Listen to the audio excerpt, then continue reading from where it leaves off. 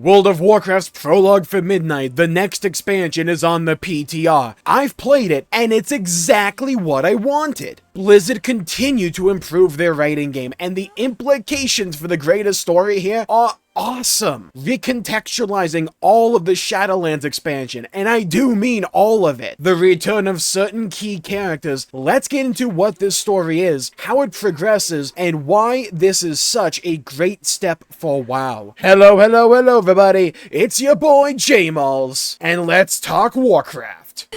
The screams! So the quest is coming with patch 11.2.7, entitled Visions of a Shadowed Sun, and is split into 3 main chapters. Verissa Windrunner, sister to both Alleria and Sylvanas, has recently started hearing the Radiant Song from Azeroth, but her experience is a little bit different. She is having visions of the future, almost certainly of Xal'atath's void forces invading Silvermoon in midnight. Her visions are so strong that she even goes down for a little bit, and knowing the danger on the horizon, Eretor, Alleria's son, also yes, that one guy from Legion, decides the Windrunner sisters should be reunited in defense of Silvermoon. After all, he grew up on all the stories of his mother and his aunts, and believes they are best equipped to help prevent Silvermoon from this coming cataclysm. But each sister has their own complications, both personal and also physical. Verissa is willing, but is still grieving her husband Rodin's death. In fact, the story starts off with a brief memorial for him by Verissa in the ruins of Dalaran. Alleria physically can't return to the Sunwell because her void alignment can corrupt the Sunwell, as we saw back in the Void Elf Allied Race questline. Sylvanas, well, many people don't like her, least of all Smokey the Bear, and she is also currently in Warcraft's version of Hell, the Maw, guiding lost souls back to be judged properly instead of wandering and enduring the Maw for all eternity. So Eretor, and by extension your quest, is rather straightforward. Find each Windrunner sister and convince them to return to Silvermoon, to prevent Verissa's visions from coming to pass, and protecting the ancestral elven home. Easier said than done, however. And what I quite enjoyed with this first chapter was the reintroduction of both Verissa and Eretor into the storyline. They are both well written and also very well voice acted, which is something I'll note for this entire questline. Blizz to me have really stepped up their dialogue writing game. It's far less repetitive than it used to be, even early in the War Within, including, even in my eyes, compared to Koresh, where Alleria had to remind us that she didn't trust Xal'atath every 4 minutes. Like, we get it. But the voice acting here is also spot on, and in my opinion, does an excellent job of breathing both personality and certain charm into each of the characters that we deal with, mainly the Windrunner sisters and Eretor himself, who I swear to God is voiced by Yuri Lowenthal. I just can't prove it. Look, not if we stop it. All I hear is Kevin from Xenosaga. They do a really good job of illustrating the dynamics between Eretor and each of the Windrunner sisters, and the dialogue actually feels natural and not so stiff. While dealing with a void incursion with Verissa, we learn of the return of the Twilight Cultists. And feeling that everything is coming to a head, we leave Verissa behind to recover from her visions as Eretor and your character go to Koresh to find Eretor's mother, Alleria Windrunner. We find Alleria after falling for her trap and discover she is on the hunt for a big void baddie, and one of Xal'atath's lieutenants and someone closely associated with Salhadar. His name, Shadow Lord Vasheen. Any catching up will have to be put on hold because time is of the essence, and we need information on Xal'atath anyways, so let's go torture a void being. That'll make for some excellent parent-child bonding. Trust me, I would know. So we lay the fattest smackdown since Thursday night on the bandaged bozo, and, with a device courtesy of Inari, trap him for Alleria to interrogate. But he turns out to be more powerful than we thought, enough even to overpower Alleria and the trap itself, so it's up to us and Eretor to prevent his escape and for Alleria to end him quickly before he manages to break free and possibly even hurt Eretor, her son. We didn't get all the information that we could have, but we did get some. Also goes to show that Alleria still deeply cares for her family, and she's not completely Captain Ahabing, the white whale known as Xal'atath. But the the information that we did get, well, Alleria was able to see the Devouring Host herself, the name of Xal'ata's army, and also get a rough idea for what Silvermoon is up against. Afterwards, Eretor finally gets a chance to catch up with his mother, but is unable to convince her to return to Silvermoon. After all, as we've covered, her mere presence threatens to turn the Sunwell into a font of void energies, and when we're trying to fight the void itself, that's probably not a good thing. She and the Void Elves were exiled for a reason, but there's more to it than meets the eye. See, we were able to convince Magister Umbric to rally the Void Elves in Silvermoon's defense. He took no convincing at all. Alleria feels as if she is better off hunting down Xal'ata's lieutenants and fighting the way that she currently is, clearly still burned by what happened with Locust Walker. And while we were unable to convince Alleria herself, we decided to do the unthinkable. Go back to the Maw! Aw, dude, no! I haven't done Shadowlands on this character! I can't even mount there! Oh!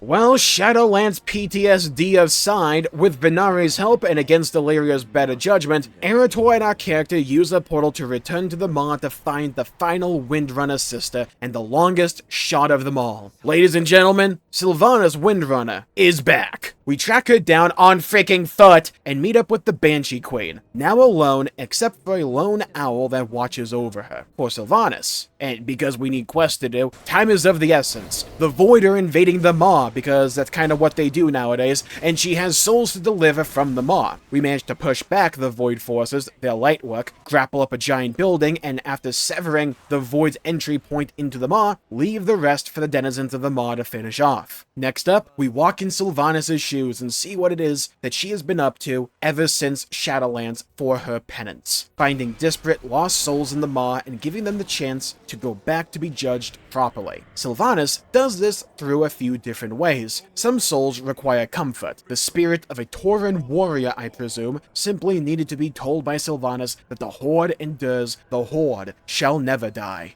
Rest, brave warrior. The Horde stands. It will never fall. And while Sylvanas tries to brush off Eretor's remark about how she still must love the Horde, to me it was kind of clear that somewhere deep down, she does still care about the Horde. Another soul needs to take its frustration out on her for all that she did, and she allows it to. And another soul, well, they simply want no part of Sylvanas, and if salvation must come from her hands, they'd rather be damned for all eternity. And to this one, she simply walks away. The important context here for Sylvanas' penance is she isn't forcing the souls to do anything. She understands that she sent them all here against their will and is now merely giving them the choice to do what they want. If they wish to leave, she'll help them. If they wish to beat her, she'll let them. If they seek words of comfort, she'll whisper the exact words they needed to hear. And if they wish to stand their ground and refuse her help on principle alone, she'll walk away. She offers not peace, only a way forward. She, by her own admission, is not seeking redemption. She is simply doing her penance and doing what good she still can with the life she has left. That is her purpose now, and I think it's very interesting to pair her up, someone who is actively not seeking redemption, with Eretor, whose title is the Redeemer. I doubt that is coincidence, and I imagine that will be brought up again in the future. Besides that, we gather the various souls that we can and learn how Sylvanas is able to move those souls along a new path forward. She off-spec'd into Bard.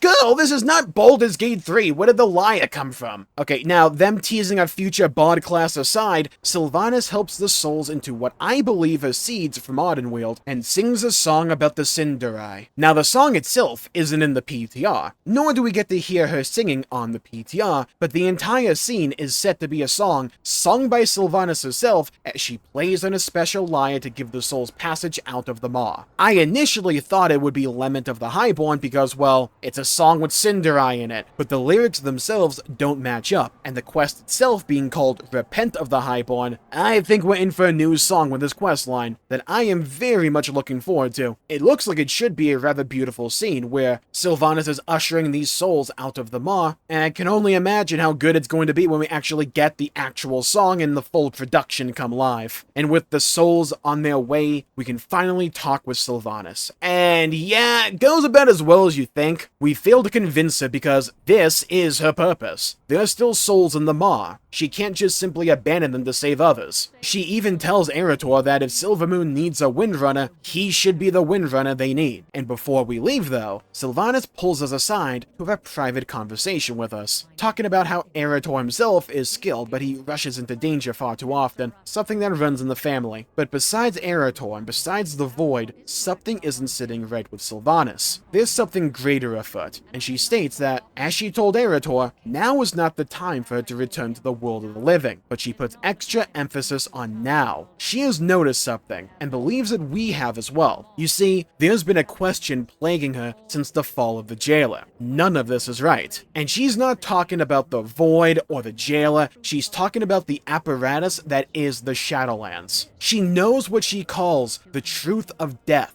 and even knows that she knows it more than most. It's not this ordered, nor is it this convenient, which is what the Shadowlands is. She doesn't regret what she's done, or at least she says so. Nor can she blame those who despise her, with Doritha on a nearby rock keeping watch of her for Tyrande. But everything Sylvanas has done, all that she has experienced and learned, it's building to something. She doesn't know what, but it is her belief she has to keep plugging away, rescuing the souls, and scratching more and more at the surface of this whole Shadowlands business, because something isn't right here. If she stops now, then everything will truly have been for nothing. She leaves us with a simple parting: fight our enemies, and one day we shall meet again. Sylvanas wasn't just here for a quick mention and a trip down memory lane. They are foreshadowing something big with Sylvanas. We just need to deal with the Void first.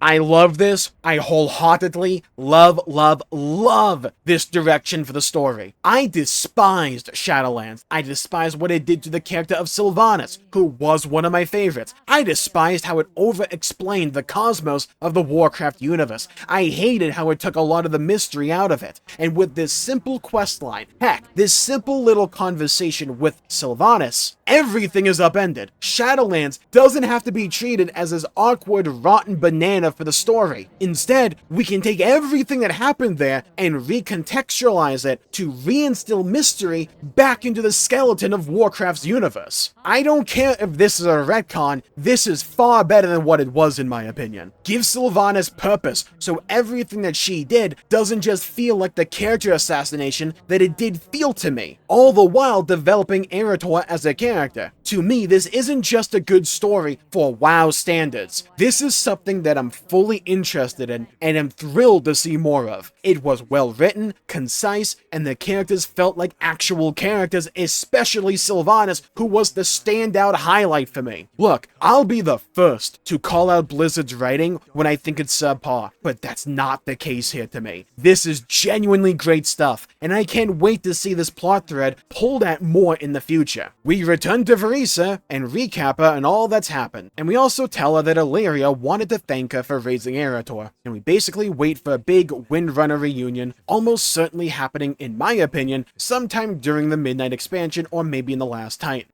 This was a phenomenal prologue to Midnight. It does a great job of reintroducing each of the Windrunner sisters and also Eretor as a character. Even if he does kind of feel like the young and naive guy who has main character energy, even the Windrunner sisters kind of mention that, his voice acting and also the quality of the dialogue itself makes me interested to see more of him, which we will because we're getting an entire chapter in the Midnight story following Eretor on his journey throughout the old world, learning what it means to be a paladin and some bits of his family history, like with Tyrallion and the shadow of Blackrock Mountain. It does a good job of leading us into Midnight while also setting up things for further down the line and making me actually interested in Shadowlands lore. I didn't think that was possible. Better dialogue, better pacing, less repetitious all around, good stuff. It's too much!